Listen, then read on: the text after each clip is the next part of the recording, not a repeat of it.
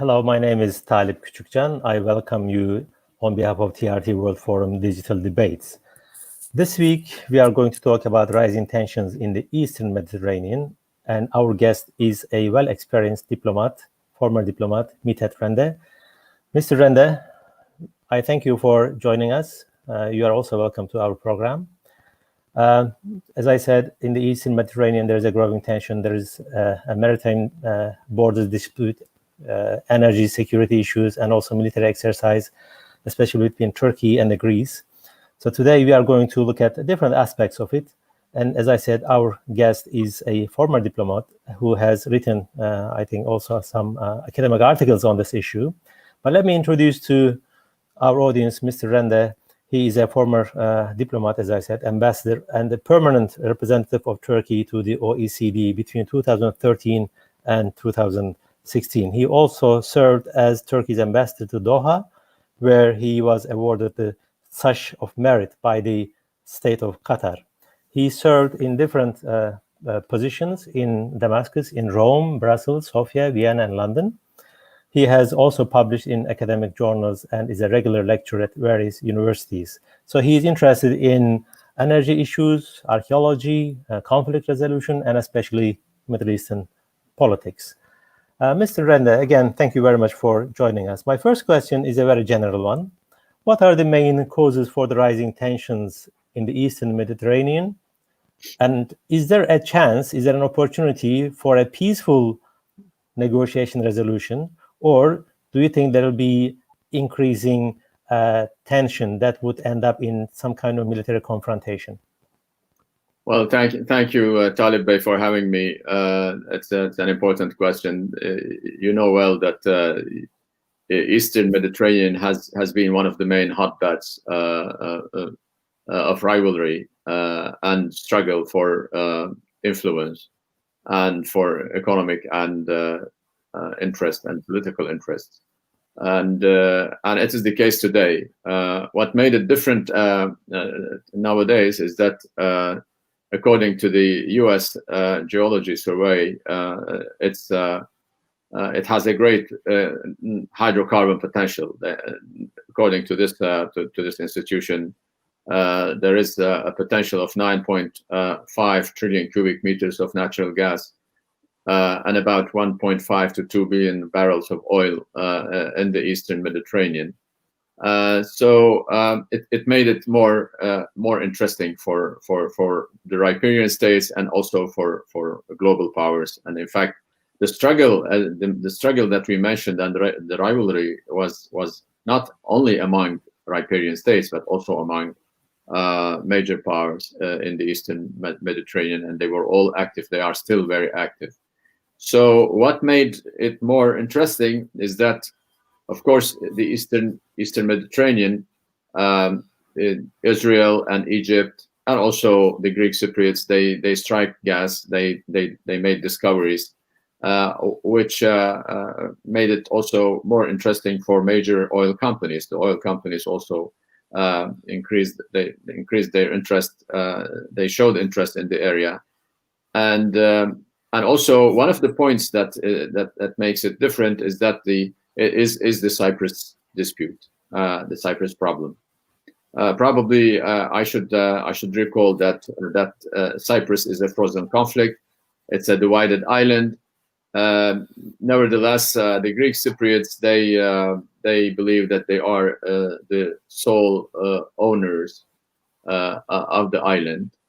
In fact, it's not the case. And Mr. yes. Ambassador, actually, we will come to this issue, the Cyprus issue, and how it is related to the Eastern Mediterranean question at large later on. No, let me ask you about, again, let me reiterate my question. I mean, how do you see the possibility of, let's say, peaceful negotiation between the countries, between the actors that are involved, or whether you will see, the tension will increase and it will become a hotter space?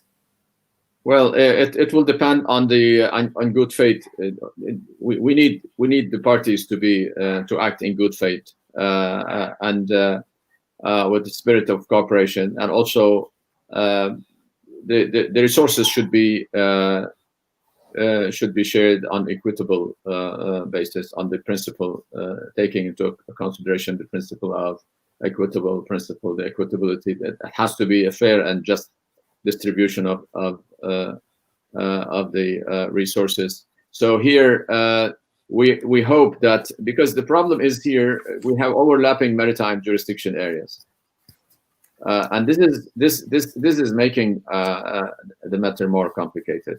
So I hope that everybody will engage, and in good faith, if they can manage to start a dialogue, and Turkey is ready to engage with other riparian states.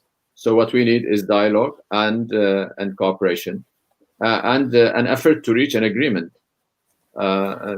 International law suggests that one of the overriding principles of international law in such cases is the principle, the equitable principle. So we need to abide by these basic principles. Actually, the second question I just wanted to raise is related to the issue of the law or the legal basis of the claims of the individual countries. Now, the Greece has announced that they will extend their maritime borders, and Turkey also claims that Turkey has a right to have military exercise or send its vessels there. So what is the legal background or the legal basis for Turkey's claims that Turkey should? Yes, Turkey has the longest coast in the Eastern Mediterranean, and it declared its continental shelf in 2004 and registered it with the United Nations. But at the same time, other riparian states and also the Greek Cypriots, they unilaterally declared their own maritime jurisdiction areas. Of course, Turkey rejected the claims by the Greek Cypriots, and as you said, maybe we will return to this matter later. But when they have international law suggests that when you have overlapping areas, because then the Turkish continental shelf overlaps with the Greeks, with that of Greece, and also with the Greek Cypriots. Because when we established our continental shelf boundaries, we took the median line between the two main riparian states, Egypt and Turkey. So it was the medium line, the median line, and then, of course, the others also concluded bilateral agreements to. The delineation agreements were concluded with Lebanon and Israel and Egypt. So we have, of course, the Turkish Cypriots also were left without alternative, and so they also established their own maritime jurisdiction areas and declared them. And also they signed an agreement with Turkey, and they delineated the continental shelf between Turkey and the TRNC. So when you have so many overlapping maritime jurisdiction areas, EEZ and continental shelf, overlapping areas, and also conflicting arguments, because, for example, Turkey's argument is based on the fact that international law, according to international law, islands do not necessarily generate full maritime jurisdiction areas, while Greece think that they do. For example, the small island Meis or Castel Lorizo is the whole island is about 10 square kilometers, and it's only 2 kilometers to the main coast of Turkey, and Greece, despite the fact that such islands do not generate maritime jurisdiction areas, Greece fixed it to have 41,000 square kilometers. This is how they did their own delineation. So of course it's totally unacceptable for Turkey. So yeah, please go ahead. Please finish this, then we can move on to the different subject. So the principles, the principle Turkey Turkey's argument is based on the principle of islands do not necessarily generate, under certain circumstances, do not generate maritime jurisdiction areas, while in Greece believe that all their islands, including Rhodes and Kharsos and Karpathos and Crete and all the islands, and also the islands which are close to the mainland Turkey, they all should generate maritime exclusion MEZ or maritime jurisdiction areas. So this is a basic disagreement between the two. We believe, Turkey believes that international law and court decisions so far, many court decisions, maybe there are over a dozen of court decisions, they support the argument of Turkey. And maybe we should mention also some of them at a later stage. Right. Actually, you said that this tension is not only between Turkey and Greece because of the potential of energy resources in the region. Israel is there, and Egypt is there, and maybe there are other companies, global companies, and the big powers as well. So, what sort of regional issues have added to the complexity of the matter? Because if it was only between Turkey and Greece, there could have been maybe, let's say, easier solution. But now it seems that there is a wider, I think, angle that we need to look at the issue. Yes, you're right. We have so many problems to be resolved around the Eastern Mediterranean. You have Syria, which will probably, we have to engage with Syria at a point also to see if we can also reach an agreement with them, with Lebanon, and also with Israel. For example, we don't regard the Israeli-Greek Cypriot agreement as valid. So at a point, maybe we would engage with the Israelis or the Egyptians also.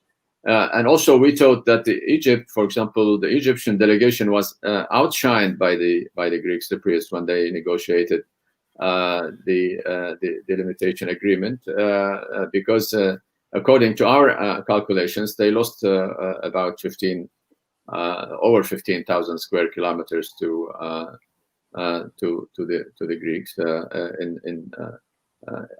to the south of the island of Cyprus. So probably we need this. This makes, of course, it makes it more complicated, and also the MOU that we signed with Libya regarding the delimitation of continental shelf also is another matter which made it more interesting. Then the recent development, the agreement signed between Greece and Egypt. It's an interesting one. If we have time, I should let you know that, for example, for the first time, the Greeks have accepted that the island of Meis, Castellorizo, cannot generate maritime jurisdiction areas. So our Egyptian friends insisted that Meis, Castellorizo should not, and the Greeks, for the sake of signing and concluding such an agreement, they had to accept Egypt's position. So this is the situation. Right. I think there is, give and take as far as I can see in this kind of agreement. But what we see, especially in the Eastern Mediterranean, when you look at the, let's say, big picture, large picture, there are countries lining together against Turkey. Turkey is on the one side, on its own mostly. Yes, it has agreement with Libya. But when you look at the other side, there are more countries, more realignments, let's say, in their foreign policies against Turkey. How do you see it? Why there is such a, let's say, polarization, Turkey versus the other? Well, maybe our friends, Greece and the Greek Cypriots, they were quite active trying to create a situation and put every political pressure on Turkey to get some concessions from Turkey, and they worked quite hard to convince our other neighbors, and they maybe benefited from the situation between Turkey and Egypt, for example, and between Turkey and Israel. Unfortunately, we have had some strained relations, and they benefited from the situation. And they established gas forums, and they had ministerial meetings and so on. But that does not, you see, such political maneuvers and backing, that does not change the situation on the ground, because legally, when your argument is based on good legal arguments, we don't have to give up, and we believe that we are strong, in good shape legally.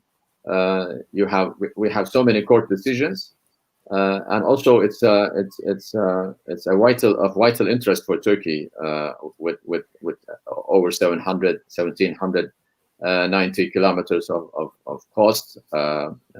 We have the longest coast. We are a Mediterranean country, and we believe that we will have to protect our national interests. They are of vital importance. So we will continue to fight for our rights. But of course, we made it clear also, Turkey made it clear when Turkey signed the MOU with Libya. The same day, there was a statement at highest level that Turkey is prepared to engage with other riparian states with a view to finding a just solution, an equitable sharing of maritime jurisdiction areas, and also the wealth and the hydrocarbon resources, if they are there. We are prepared to engage with others. So you cannot put pressure on Turkey. I mean, they should not test the patience of the Turks. If we think that we are on the right side of history, we will continue to fight for our rights. Mr. Rende, I think Turkish President Recep Tayyip Erdogan today has said exactly what we have, I think, referred to. He said Turkey will not, I think, back from its claims in the Eastern Mediterranean. Here, of course, we know that, especially students of history I think, will know that international law are not always respected, unfortunately, sometimes violated, and we can see a case here. Then we see some great powers who are behind those who usually do not respect the law. Here, I would like to ask you the position of the EU, because in the European Union, there is a discussion and debate whether Turkey should be, punished through some sanctions, etc. Some countries agree, some countries do not agree with that statement. But Greece is a member of the EU, and also Southern Cyprus is member of the Cyprus, as it is, member of the EU, and they also, I think, try to get their support. So, what is the EU position? And if you cannot really play a just broker, what would happen? Who will be involved, or what kind of institution might be useful to talk to? Well, first of all, the European Union made a historic mistake by accepting the Greek Cypriots as full members of the European Union in the absence of a comprehensive settlement in the island. This was a mistake, and many honest people in Europe, they acknowledge the fact that it was a mistake, because normally it has never been.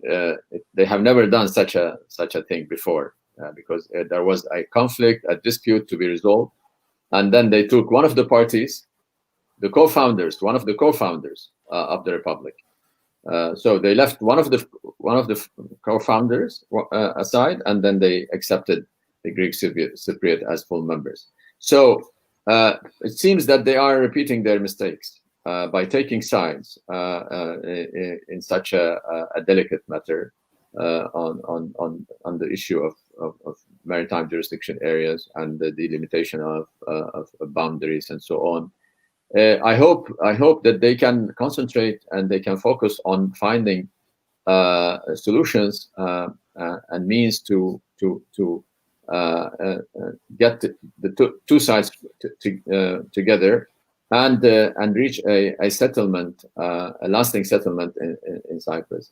And it's also important that third parties should not prejudice the rights of the two riparian states or two parties in such a discussion or in such a conflict. So they should not prejudice our right. And also, it's quite interesting that the European Union, at least some of the countries, are quite active in this regard. But the European Union, I'm talking about Brussels, the European Union as an as the super institution. They remained neutral when it came to bilateral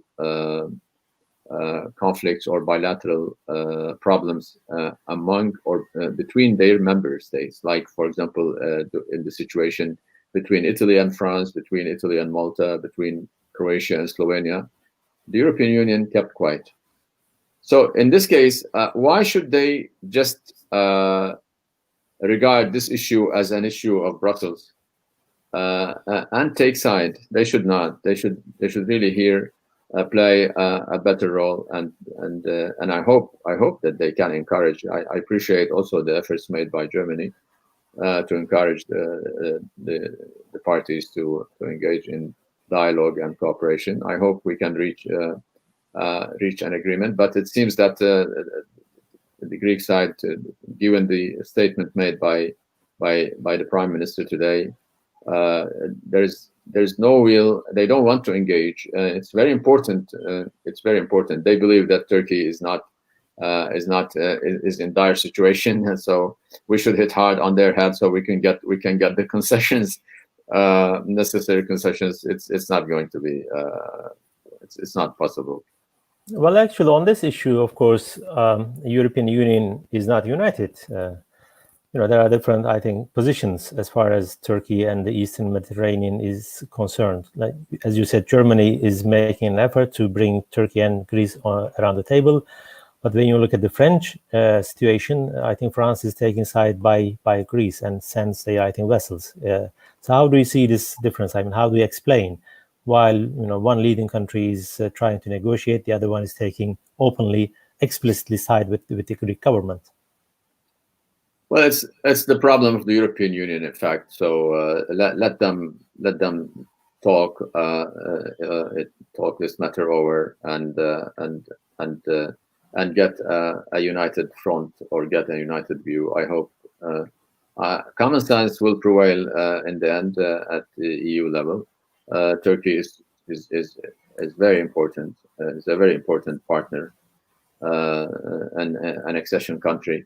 And also a NATO ally. Without Turkey, the European Union will remain a regional power.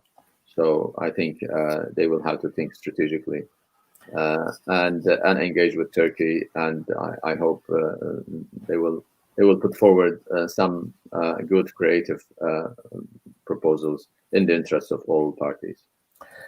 As of today, the tension is really high between Turkey and Greece, especially. And if the European Union fails, let's say, to come up with a acceptable solution for both countries, the tension will increase more. Maybe it will go beyond that because there is military presence over there now by Turkey and by Greece. Yes, both countries are members of the NATO, but the I think interests are not overlapping. So, in such a case, when if European Union fails, do you think United Nations or some other bodies might come into it or should come into it so that the tensions will be reduced at least? Well, what is the chance for diplomacy here, or the opportunities that? I'm concerned about the number of naval platforms and air platforms, especially the naval platforms in the Eastern Mediterranean as of today, because yes, I think I'm also concerned about the possibility of an accident, which might lead to a wider exchange, and that is not desirable. It should be avoided. And this is why everybody should act with restraint. And I don't expect any. I don't expect a conflict, an overall war or a conflict.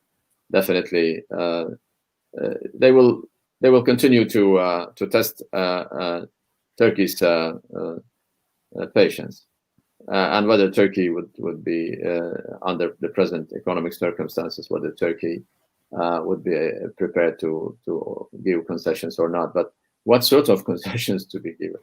We say that if there are resources to be shared, let's talk. If the sea boundaries are overlapping and we have different arguments, let's talk. Through fighting, through dialogue and diplomacy, you can resolve matters. But then they have to engage, and then they have to act in good faith, because normally many countries, they do negotiate, but they don't negotiate in good faith. They negotiate for the sake of negotiations, just to buy time, just to show the international community that they are negotiating and that they would like a solution. But sometimes it's not the case, unfortunately. I think that comment brings us to the Cyprus issue. More than 52 years, I think, the northern Cyprus or the Turks in Cyprus, they are trying to have connection with the south, but there is a problem over there. And as you have said, sometimes there is a negotiation, but it is not in good faith. But sometimes there is no negotiation at all. Here is my question: why does the Greek Cypriot administration refrain from formally discussing energy issue with the TRNC? With the northern side? Well, the Greek Cypriots don't negotiate. They don't want to take the Turkish Cypriots as their interlocutors. Unfortunately, they know very well that according to the Zurich and London agreements of 1959, the Turkish Cypriots are the co-owners and the co-founders of the island. So there are two communities, two zones, and there was political equality between the two communities.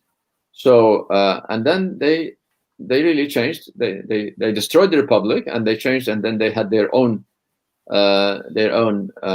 state, so-called. But of course, I mean, everybody knows that the Greek Cypriots do not control the north. They are not entitled to act on behalf of the Turkish Cypriots. They are not entitled to act on behalf of the island as a whole. They should not be in a position to conclude agreements with others in the absence of the consent, without the consent of the Turkish side. So let's face it, there's a situation, and then the problem is because they are recognized internationally, and the TRNC, the Turkish Republic, is recognized only by Turkey, but that does not change the situation on the ground. There are two separate entities, and I believe that there is a full-fledged democracy on the north. The Turkish Cypriots, they have their own state, their own democracy. So this is the situation. I mean, if you are a member of the European Union, you are sitting around the table in Brussels. You are recognized by the international community. So then you regard the Turks as a minority, and you believe that you will be able to Hellenize the island over time, and the Turks will be sent somewhere. You will buy their properties, and in 50 years or 60 years, you will see a different island. But they forget that they forgot that when the British drafted the agreements, they took into consideration the interest of the two communities, but also that of Greece and Turkey. So the interests of Turkey were also protected, and this has to be taken into consideration. So now there is a different situation, and they would like to this de facto. You see, de facto, they are not in a position to control the north and the Turkish Cypriot. So unfortunately, they don't have the will. The political will is not there for a comprehensive settlement. And if there is no comprehensive settlement over time, in the long run, you will see two states there. And probably everybody is tired of negotiating or trying to. Even the United Nations is tired of maintaining this the presence, and also trying to mediate or to be the brokers for the future negotiations. So I'm not that optimistic about the future of the negotiations, because there is no political will on the side of the Cypriots to negotiate with the Turkish side, and they believe that now with the energy resources that they have explored, not a big deal anyway. I mean, so far. but still they believe that they are not prepared to share the benefits with the Turkish side. And so in this case, so you leave no alternative to the Turks but to declare their own concessions and to grant licenses to the TPAO. And I hope that the Turkish Petroleum Company will be able, given that they acquired this capacity of deep sea drilling and also the three-dimensional seismic research capacity. So I hope that they will be able to discover their own gas, and then the Turkish side, the Turkish Cypriots will be producers maybe in the long run, gas producers or oil producers, and then maybe the Greek Cypriots will be able to negotiate with them. Mr. Ambassador, as you have said, I think it was a grave mistake of the European Union when southern side was accepted as a full-fledged EU member, because many, I think, observers have the same opinion, as well as many politicians within the European Union, especially those politicians who accepted or said yes to this acceptance as full member. But now I think time has gone, but the problem is still there, and you referred it as a frozen, I think, conflict or frozen issue. We will come to that. But before that, I just would like to ask you one more question, because the Cyprus issue is also an issue between Turkey and Greece, and it plays out to the issue of this maritime border issue.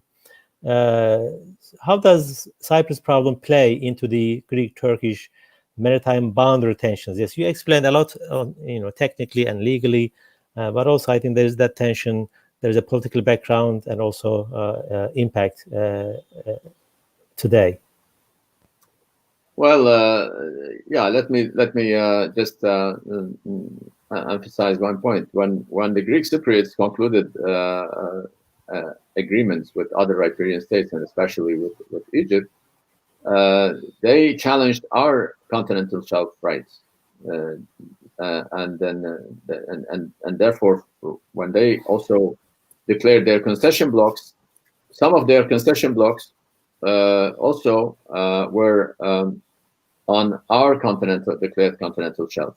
So they overlapped our continental shelf, and Turkey made it clear that Turkey will not allow any drilling activity on its continental shelf. So unfortunately, it's not resolved. This issue is still there. But again, I refer to international law, and according to international law, everybody knows that such issues, it takes decades to resolve. So when there is hydrocarbon to be exploited and to be, let's say, monetized, that you can reach ad hoc agreements with other riparian states, with the parties, to explore and exploit the resources until you have reached an agreement. So you can just you can sign some ad hoc. You can go to some ad hoc arrangements, and I think the Turkish Cypriots also expressed their readiness for such an arrangement. And maybe also private companies, energy companies could be helpful.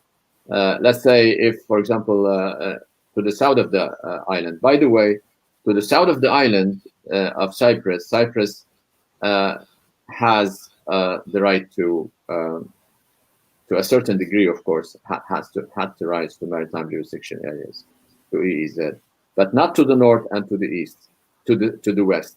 And the reason is simple. To the west of the Mediterranean, from the island has only 65 kilometers of coast. So you cannot compare, if you want to share the maritime areas, you cannot compare the 1,700 kilometers with 65 kilometers. This is why, for example, Turkey believes that Cyprus should not have EEZ to the west compared to Turkey. It's a bit complicated and not that easy to explain, but I think this issue will remain with us for a long period. We hope that the political leaders, the politicians, will be more creative, and that you see maximalist approaches are not helpful. You need to share the pleasure. You need to share the burden, and probably sometimes you need also to take, from domestic political view point, you need to take risks and be courageous. Some nationalists will disagree with you. Let's say in Greece, the nationalists, they don't want to engage with Turkey at all. But if you don't take risks, you can't make history, they say. So do you think Turkey takes that risk, Mr. Rende? You said domestic.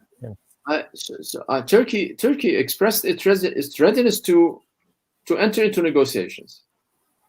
At least there is an expressed readiness for engagement, an expressed readiness for negotiations, and I think Turkey also has the same policy in Cyprus, and because we negotiate, our negotiations are result oriented.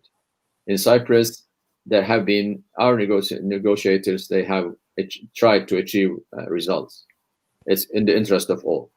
Maybe you can also refer to that referendum that took place in 2014. Yeah, of course. The Turks agreed, and over 65% of the Greek Cypriots refused a kind of and it was about a peaceful solution and sharing the burden also, and getting together and establishing a state together based on the political equality of the parties.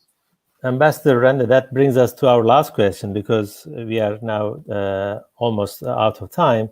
But my last question is about settlement talks in Cyprus. You already, I think, made some remarks about the future of the settlement talks. You said the Greek side does not have this good intention, at least. Maybe you can also look at that side. But the second aspect of my question, the dimension, is what are the potential consequences if no lasting solution is reached by the two sides in Cyprus? The international community will continue. I hope that the international community and Greece will continue to encourage the Greek Cypriots that reaching a comprehensive settlement in the long run, it is in their interest also in the long run. Because leaving this issue, you cannot leave this matter unresolved for ages, for decades and more. It has to be resolved. Either it has to be a negotiated divorce, or it has to be a confederation based on the bizonality, bicommunality principles. It will be based on the political equality of the two sides. If there is no solution, then there will be two states on the island. I think the end game, either you have to negotiate to divorce, it will be a negotiated divorce, or it has to be a settlement, a confederation, a way of living together and having one single state with equal political rights of both sides. I hope that there will be no conflicts, there will be no bloodshed. We have enough blood around shed in the whole region, and this is most unfortunate. And I hope that, I believe that the Turks and Turkey saved thousands of lives by staying there and by deploying forces. We have played a very, very important role, and we stabilized the situation. But it cannot go like this forever. Unresolved, under blockade, a community under blockade, deprived of many rights.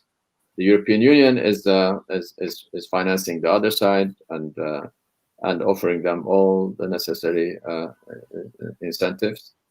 It's not fair at all. Well, thank you very much, Ambassador Rende. Today, now we come to the end of our discussion and looking at the rising tensions in the Eastern Mediterranean. And I would like to thank, on behalf of TRT World, digital debates to Mr. Rende. Thank you very much for joining us today. And I say goodbye to all of you, and I hope to see you next time for other discussion with other experts. Thank you, and goodbye to all. Thank you.